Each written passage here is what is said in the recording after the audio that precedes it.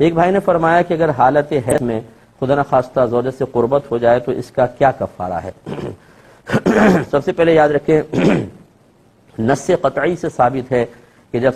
صحابہ کرام نے نبی کریم صلی اللہ علیہ وسلم سے دریافت کیا تو سرکار نے ارشاد فرمایا کہ اس حالت میں عورتوں سے دور رہو۔ قرآن کا حکم بھی یہ ہے، گویا کہ اس حالت میں زوجہ سے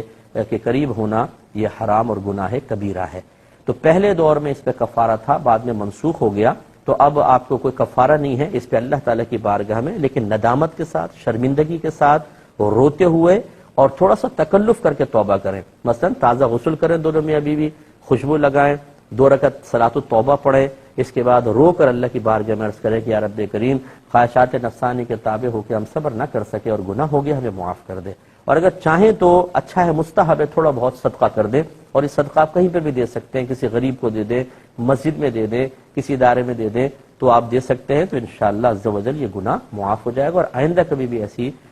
چیز نہیں ہونی چاہیے۔